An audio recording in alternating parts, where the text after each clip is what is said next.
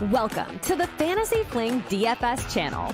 Take a break from the season-long commitment and join us for all things daily fantasy sports, DraftKings, daily drafts, the newest and hottest DFS deals, and all the best ball and DFS content you can handle. All right, let's dive headfirst into this episode.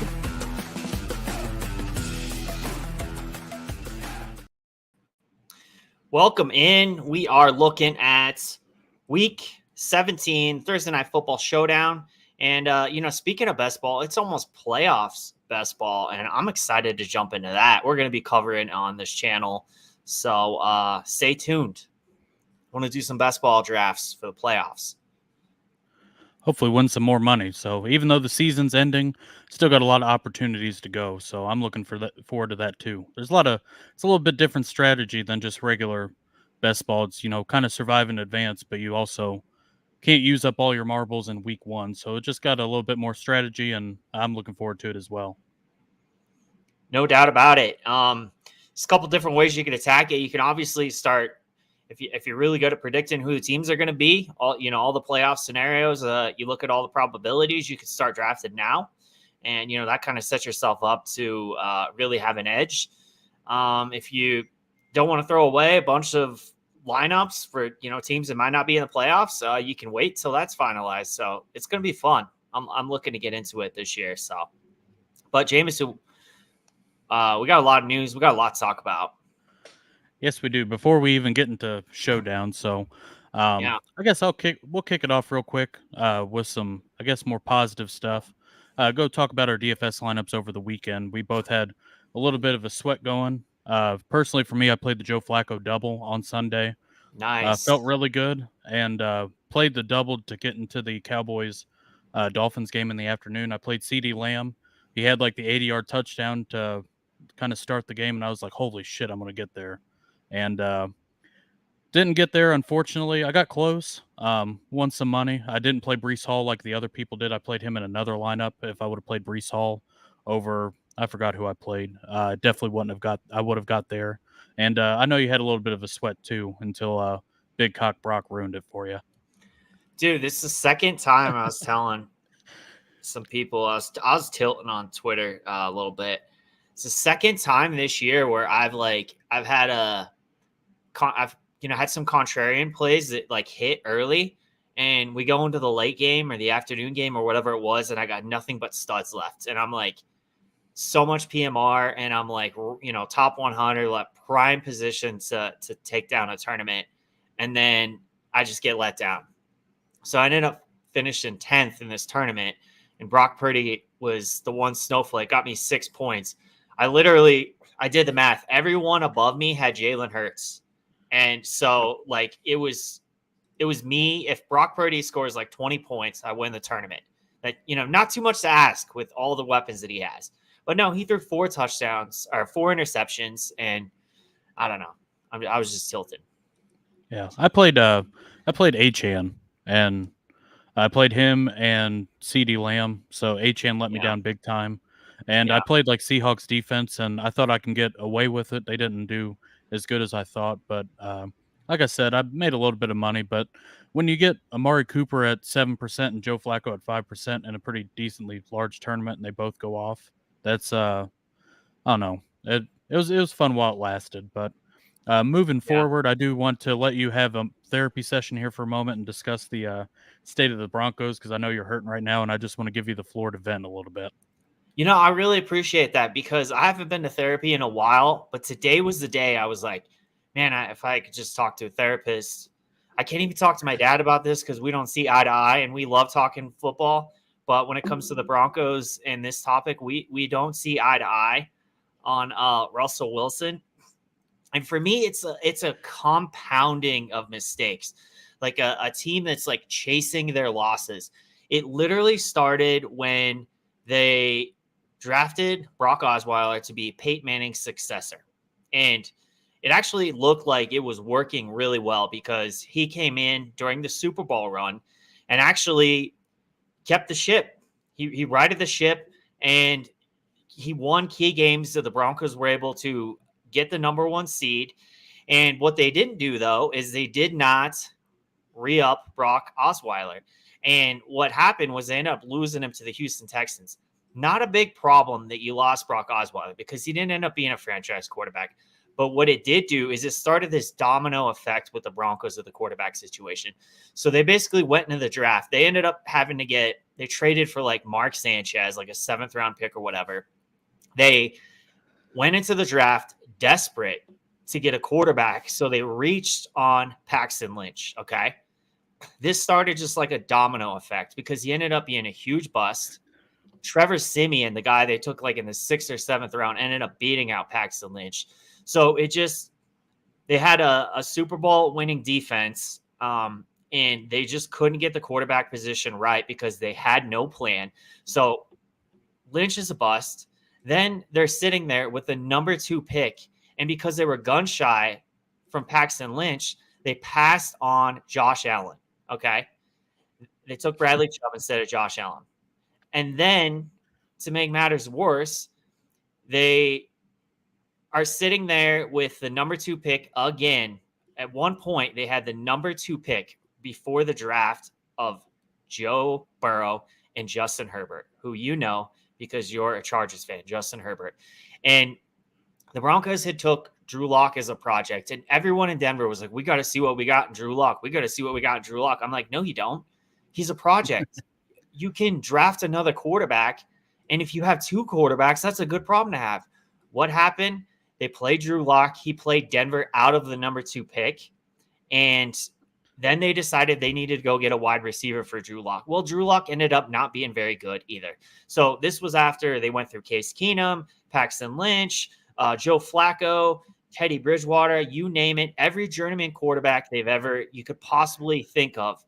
They ended up with Drew Lock, and then they realized that Drew Lock can't play. And then what do? They're like, okay, so we're going to go out and get Russell Wilson. And everyone loved the trade when it went down. Everyone loved it. And I still think it was a good trade, but how they messed it up was George Paton went and gave Russell Wilson this massive contract before he ever played it down in Denver.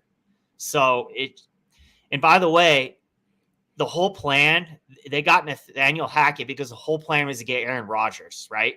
And then they were like, oh, well, Russell Wilson was our guy the whole time. And we're like, no, he wasn't. He decided to stay in Green Bay and he pivoted to Russell Wilson, which is fine, but he wasn't a good fit for Nathaniel Hackett. Then you give him a massive contract. You bring in Sean Payton, and it's just, he never liked him.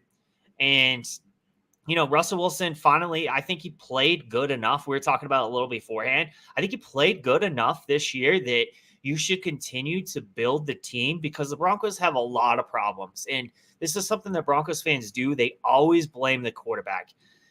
Jerry Jeudy sucks. I can't count how many drops he's had, and he can't catch a contested catch to save his life. And this is a dude that was drafted like top 10, top 15 in the NFL draft. Just ridiculous. You have one wide receiver, Cortland Sutton. Jeudy sucks. You don't have a tight end. You don't have a run game. Javonte Williams over the past 2 games, he's been terrible this year, and he's coming off an injury, so we'll give him grace. But past 2 games, he's averaged like 2 yards a carry. I mean, it's been pitiful. So bad. And to me, it's like, dude, continue to build the offensive line, continue to add playmakers. Russell Wilson will be better. He's not going to be, the long-term. You're probably not going to win a Super Bowl with him at this point in his career.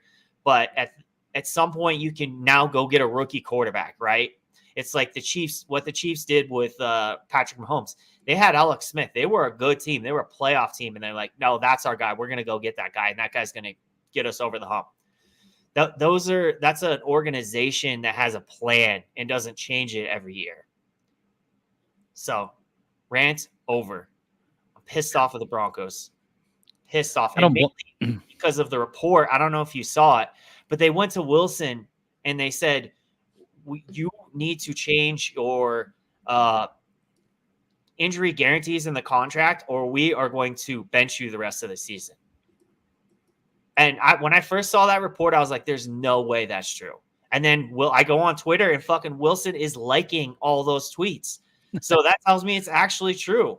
Like, just unbelievable level of dysfunction.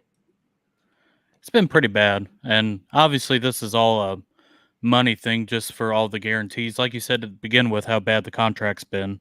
Um, I don't think Russell Wilson has been like terrible. Obviously, I No. don't think you can necessarily build around him as like a Super Bowl contender at this rate, but you're kind of stuck either way, whether you pay him or not. I mean, they got dead cap hits the next 2 years that are substantial just because of how bad the contract is. So it's like Broncos are in a lose-lose. You already know this year is a wash, even though they're still technically in the playoff race. Next year, you definitely know is a wash. And then you kind of get in this, like, we got some quarterbacks coming out, but do the Broncos, kind of overpay for a subpar quarterback? Because, Caleb Williams and Drake May will be off the board, and we'll see where the Broncos are in the draft. But, like, are you going to pay up for Bo Nix or, one of these other guys? And Yeah. kind of like they did with Drew Lock. Drew Lock was Yeah. kind of a project, and they went and way overpaid because they needed him, and the cycle starts over. Exactly. And that's my thing. Like if they didn't have that win streak and they were in a position to draft Caleb Williams or Drake May, I'm all about it. I think the only way out of any bad situation in the NFL at quarterback is through the draft. As a young stud, the CJ Strouds, the Patrick Mahomes, these guys that come in and change a franchise. So yeah, if you're in a position to draft those guys, awesome. But as we saw last year with Carolina, you can't trade the farm and go out and get a Bryce Young and have nothing around him. He's actually, I think he looked pretty good the past couple of games in moments. He's flashed, but he literally has nothing. So, it's what bad teams do. I'll tell you this, Jarrett Stidham, he's not a starter. He sucks. If he comes in and plays good for a couple games, it's false hope. He'll come out next year and it's going to be a rebuilding year. And I think that's what makes me the most frustrated with this team is it's been 7-8 years and we're still rebuilding. Terrible. It's not going to get any better. So no, absolutely obviously not. For you and all the Broncos fans out there, my thoughts and prayers go out to you. Sometimes you got to go through hell to get to heaven. Obviously, Broncos fans are going through hell right now. So, with that last word on this, Jameson. I will say this: Jarrett Stidham, it's like 4,800 on DraftKings this week, going against the Chargers defense at home. Broncos are looking for a spark. They may just get it. Jarrett Stidham, I would play him in GPPs. I think it's a Judy week too. So, false hope. People will have it, but you can also win a GPP that way. So, right. But there we go. Yeah, we'll move on to the showdown that we're actually going to cover. So, for as bad as this game sounds on paper, we've got the Jets at the Browns. I'm actually kind of intrigued. And I'm going to go on not a rant, but just a little bit of praise for Kevin Stefanski. He's on quarterback number 4, Joe Flacco, who last time we saw him, he looked like he was just about out of the league. And I mean, Joe Flacco is just throwing the absolute hell out of the pigskin right now.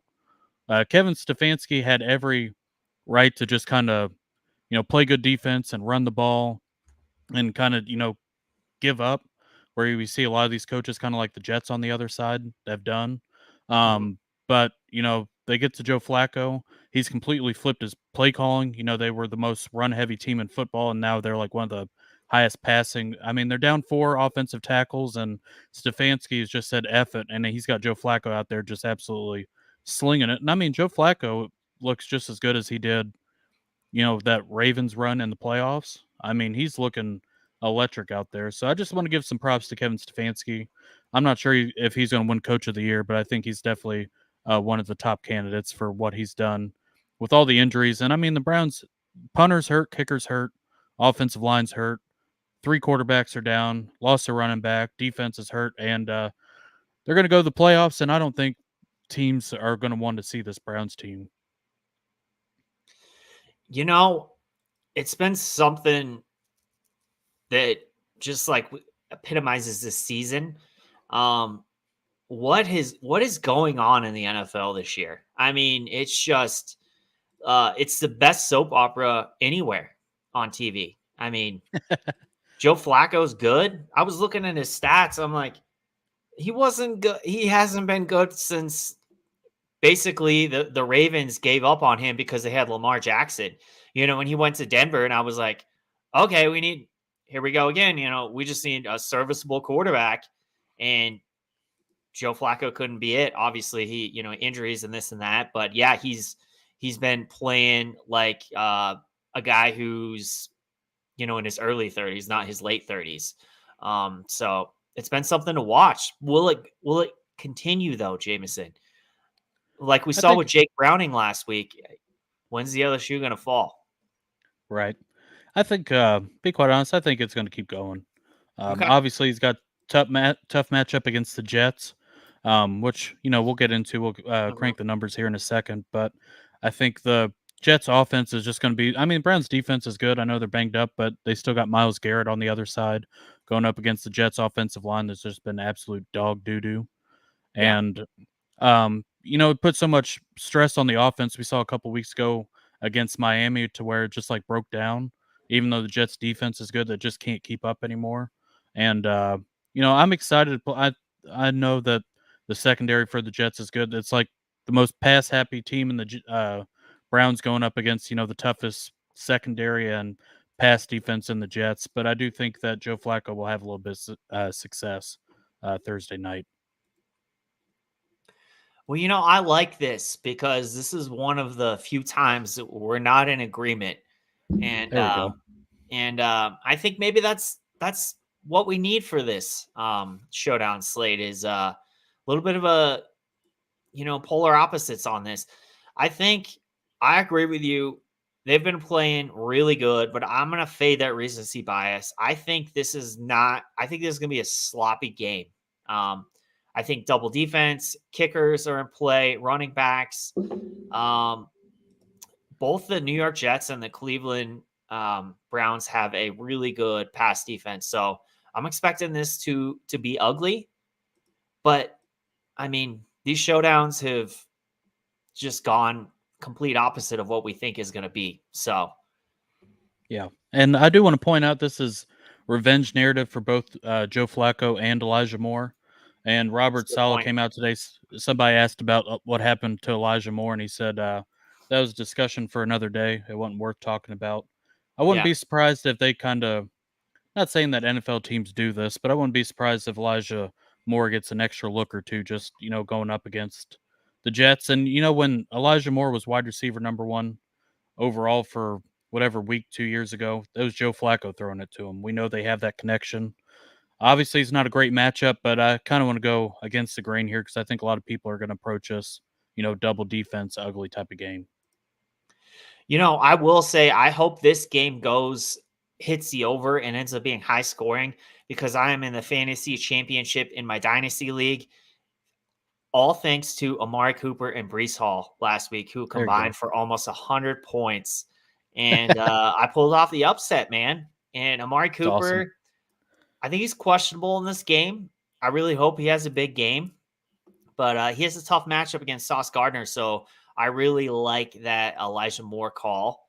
And in fact, let's kind of get into it, like our favorite captain plays here. Obviously, this game is projected as low scoring. So, Vegas kind of agrees with me. However, they have Cleveland as the winners, the home favorites, with the 21.25 implied team total. And we got the New York Jets led by Trevor Siemian. This is two former Bronco journeyman quarterbacks, Trevor Siemian and Joe Flacco, squaring off. So it's proper for my beginning rant. But the New York Jets led by Trevor Siemian, 13.7 implied points here. Low scoring. That's what Vegas thinks it will be.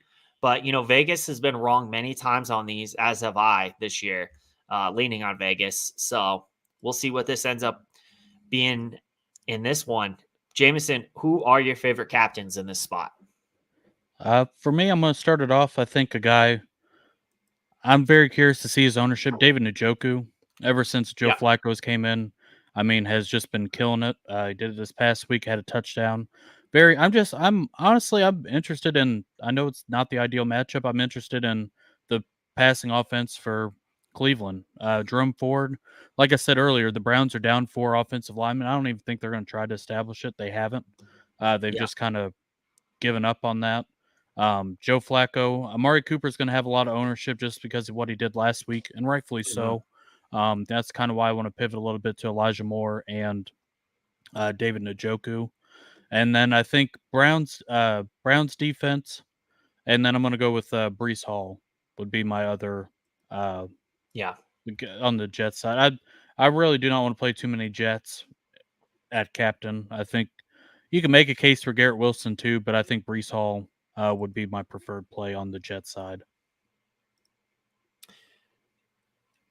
Brees, I love that. Actually, Brees Hall is going to be my favorite captain play on this slate, for a couple of reasons. We saw Brees Hall what he could be last week with this type of ceiling performance, and really that was what he was on the trajectory to be last year before it tore his ACL.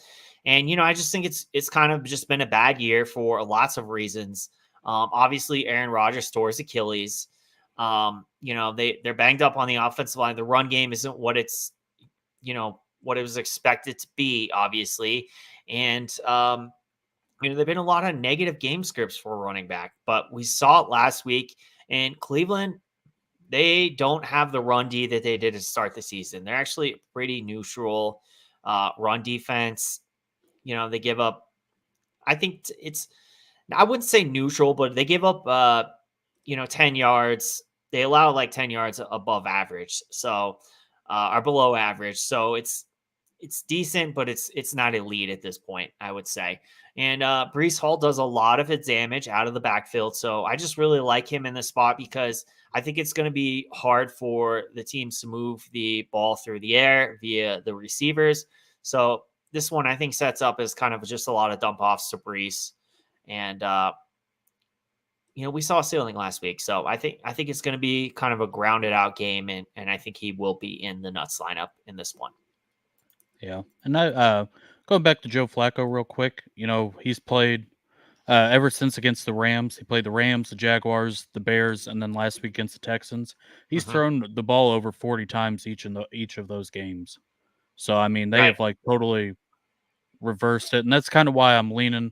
I really don't expect them to go to Jerome Ford and Kareem Hunt and try to establish a run, because I think that's what a lot of people expected them to do when they signed Flacco and have him be a game manager. And he's like completely flipped the script, and it sets up nice. Like I think Myles Garrett kind of will destroy Simeon and not give the Jets. I mean, Nathaniel Hackett hasn't given them a shot anyways, but they get them in short yardage, stuff like that. That's what I'm kind of banking on with the Joe Flacco kind of stacks, honestly, and you can bring it back with Brees. And then, you can do defenses too. I love it. Njoku is, I think he was probably next to Brees Hall. I think he's the best captain play on this slate, just because obviously you would expect Amari Cooper to get a lot of Sauce Gardner, and he's already banged up as is, and just coming off a huge game. We know how these things go in DFS. It's like whatever happened last week, 9 times out of 10, fading in is positive expected value. So he had, the performance of a lifetime last week on a short week going against the Jets. Pass defense, probably not going to happen again for Amari Cooper. So I like Njoku. I mean, he's got 9, 14, 8, 6, 9, and 15, 9 targets the past 6 or 7 games. So he just had a good connection with Flacco, obviously, in addition to Amari and Elijah Moore. So I love Njoku in this spot, given the matchup for sure.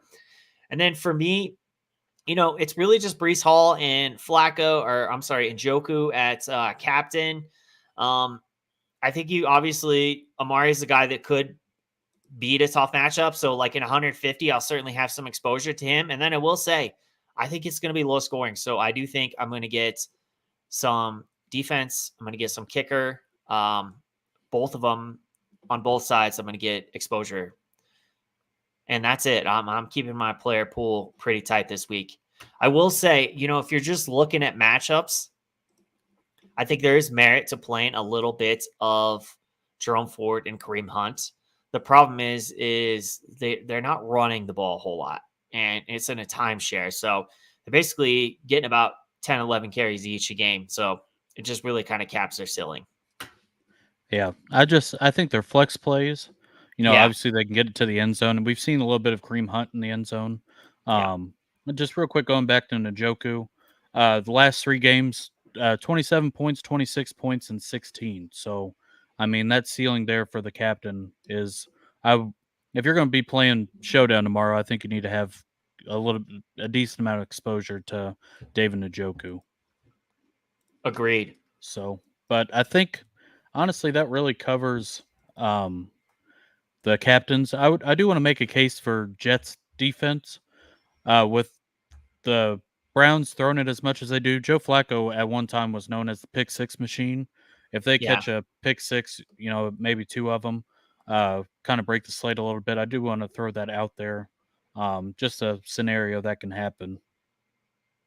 I totally agree with that. And specifically like in the flex, I love it. Like I said, I'll have a little bit in the captain, plan 150, but I'm with you because again, I have a hard time believing this is going to continue and Joe Flacco's just going to go on this amazing run and he's going to ride off into the sunset, hosting the Lombardi.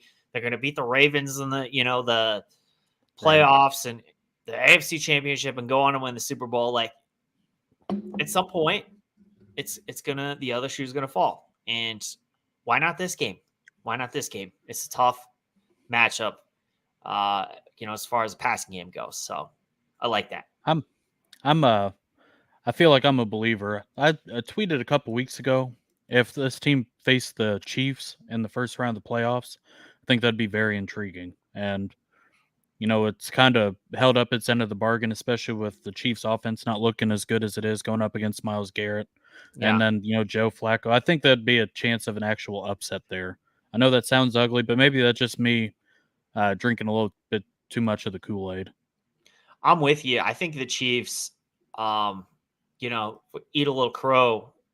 I think the loss of Eric Bieniemy has been heavy this year because they're pretty much the same team. This is like the same, more or less the same roster that they rolled out last year, and they're just terrible on offense this year. And the defense is elite, so like they should theoretically be a better team, and they're not. So I really think they've missed Eric Bieniemy this year, and I think it's going to be a very sad January for Chiefs fans. Yeah, I don't see them going very far, but that's just me personally. But we'll get into. We covered a lot of them, but we'll get into some of the flex plays here. Let's do it, dude. There is some kicker stuff going on. I believe it's Greg Zuerlein. I think he's going to play, but just keep an eye on that because they brought in like a practice kicker. I don't know exactly what's going on, but keep an eye out for that. Tyler Conklin gets a little bit of the nod there for the Jets as far as tight end goes. Cedric Tillman as salary relief, and then Randall Cobb on the other side kind of gets just every once in a while. Let's see here. Absolutely. For flex for me, a lot of the same guys are in play. Amari Cooper is more in play at the flex position just because, over the past month of the season, he's got over 40 targets. So just sheer volume on a single, slate, like this being a showdown. If Amari Cooper plays, we know he's going to get the volume. Obviously, he is in play. He can overcome a tough matchup for sure. We've seen it before with Amari Cooper. Like I said, Breece Hall, one of my favorite plays, specifically in the flex. If you're not playing him a captain, Garrett Wilson. We can't forget about Garrett Wilson. He has been averaging an absurd amount of targets this year. I mean, he's actually second in the league, or is tied actually with CeeDee Lamb, 149 targets on the season. So, and yeah, even over the past month of the season with different quarterbacks, he's still top 3 in targets. So Garrett Wilson is a guy that can beat any matchup. And Joe Flacco, I think Joe Flacco is a guy that I would have in the flex. I won't have any of him in the captain, but a little bit of him in the flex. Now, we talked about David Njoku. I probably have 100% of David Njoku on this slate. If I don't have him in the captain spot, it's going to be in the flex. Just the amount of volume that he's been getting and production has just been unreal. Over 4 touchdowns over the past 3 weeks, and I mean, you just need it, right? Right. Yeah, that's a gotta have it, specifically from a tight end. So, just real quick, another person I mixed up. Should have said Alan Lazard, not Randall Cobb when I was talking about the flex. Mm-hmm. He gets a little bit of love there. Kareem Hunt and Jerome Ford, we talked about them already, and then I think that is about it. Trevor Siemian, if you want to get a little off the grid, if you think that he can do anything at all, but other than that, that's really, I think, about it as far as flex plays. There's really not too many of them. It's more dart throws. Yeah, Trevor Siemian would definitely be large field GPP, but oh my God, how many times have we been like, no, Bailey Zappi's not going to do anything in this spot, and then he throws 3 touchdowns. And as a Broncos fan, I've seen it with Siemian. Siemian has had some 3 touchdown games. It was a long time ago, but I mean, never say never. Like with these showdown slates, just throw out a couple lineups of what you don't think is going to happen. Just throw out a couple lineups with that happening. Jerome Ford and Kareem Hunt, yeah, in the flex. All it takes is one of them to break 1 touchdown. It is actually a really good matchup, but it's a timeshare, so it sucks. But I think, both of these guys being in a timeshare, they're not going to get a lot of ownership. So, I would have split exposures between both Jerome Ford and Kareem Hunt. And, I really like your Elijah Moore call because it's a tough matchup for Amari Cooper, revenge game narrative. I really like Elijah Moore in this spot. So just really try to stick it to the Jets. So that's honestly really about it as far as flex goes. And then as far as, your both defenses, obviously, but as far as kind of the dart throws, Xavier Gipson, yes, Cedric Tillman, Brownlee has gotten a little bit of work. And then, Dalvin Cook hasn't really done much. He's kind of been thrown out as far as the last couple. 0 to 1.8. And then the other guy I just want to bring up real quick is Harrison Bryant on the Brown side. Yeah, man. Love it. In fact, I'm just going to rattle off some names over Domination Station at DFS Army, some of the fantasy points per dollar plays. Normally, if they're like top 3, top 4, don't ignore them, specifically on these showdown slates, because you will get these guys like 80% plus of the winning lineups have like these $4,000 or less players in them. So like the Jets D, pop in 2.5 fantasy points per dollar. So 2.5x their salary fantasy points per dollar. That is what you are seeing right now. Jeremy Rucker, Marquise Goodwin, Jordan Akins. Those are all the guys above 2. One of these guys is going to have a good game. That's just always how it goes. So make sure to get some of these guys in your lineups. And by the way, ownership projections will be dropping tomorrow. So if you want to really leverage the field, you got to be aware of what's going on with ownership. So, I'm not even going to throw out my promo code. I'm not going to throw out the Fantasy Flink promo code. What I'm going to do right now is because my promo code is only 10%. So for the people, for the culture, I'm giving it to you. 24% off right now. Any membership, use promo code 2024 over at dfsarmy.com. Check it out if you want access to all the projections, ownership projections, fantasy points per dollar. That's what you need. 2024 at checkout. Some great tools over there to kind of help your game, and especially if you were somebody who is kind of, I would say, newer to Showdown. If you kind of just want to see how an optimizer, like the projections and all that stuff, I don't think it gives you an edge, but it just kind of gives you a little bit different perspective of some of the stuff that you're not going to see while hand building. 100%.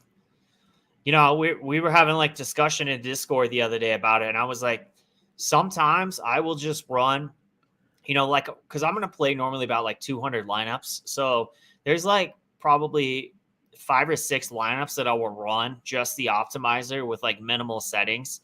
And I'll just throw those like in, a couple 1,000-person tournaments and like a couple large field GPPs, because a couple times a year, the optimizer is going to be so accurate that it's going to take down a tournament, which is like minimal tweaks. So it really, really helps seeing what the projections are. And the projection system is great just from a fantasy points projection, but also ownership. It really helps. Absolutely. I think that just about covers it on this game. Like I said, for me personally, I'm leaning pretty Joe Flacco heavy, so I'm leaning on the Browns passing game. I know you are slowing it down a little bit, think it's kind of be more low scoring, but that's good. It's good to go against the grain against each other every now and then. Yeah, we gotta contrast, play devil's advocate, see different ways the game could go, and it'd probably be good for one of us if we're going opposites, right? Right. So kind of hopefully one of us take a showdown to end the season. It's been a good one here for us. Absolutely. Well, that's going to wrap it up. This is the last showdown episode that Jameson and I will be doing this season. We might see if Jameson's available. We could do a couple playoff slates. We got a lot of content coming your way. That's one thing in the new year, and I kind of started this past month or two of the season, is I really want to do a lot more content on my own channel. I've been doing daily draft content this year. I want to focus more on like the best ball and the playoff best ball, but obviously in the off season best ball and weekly winners. Really want to like hit that content really hard this off season, because that's a new contest over on Underdog, and I just love it. So it's best ball meets DFS, and want to cover a lot of that. So stay tuned to the channel, because I know that season's almost wrapping up, but we got a lot more content coming your way. So thank you for joining us, and stay tuned. Absolutely. Good luck if you are in the championship this week. Good luck to you if you have any last of the best ball lineups that have lasted and are in the final contest. Good luck to you. Hope you take them down. And Yes. probably see you for the playoffs. And then, like you said, we got best ball stuff coming out this summer. So I'll be around, both of us doing all that good stuff. So we're here to help 24/7, 365. Yeah, Jameson will be back for that for sure. I know he likes doing that type of content, so we're going to have him on the channel in addition to these showdown slates and these small slates. But, I got a couple of fantasy championships. I only did 4 leagues. As I've really got like crazy into DFS, I've cut down my season-long leagues and, Dynasty and all that. 4 leagues, made the playoffs in 3 of them, in the championship in 2. So I'm hoping I can go for 2 for 2. We'll see. There we go. I'm in a couple championships myself. I had a 2-7 team rattle off 5 wins to get into the postseason at 7-7, and then I won this past week by half a point. So now I'm heading to the championship, and I'm basically like one of the last people with a healthy quarterback. So hoping to take that one down. That's awesome, man. Got to get hot at the right time, just like NFL teams get hot.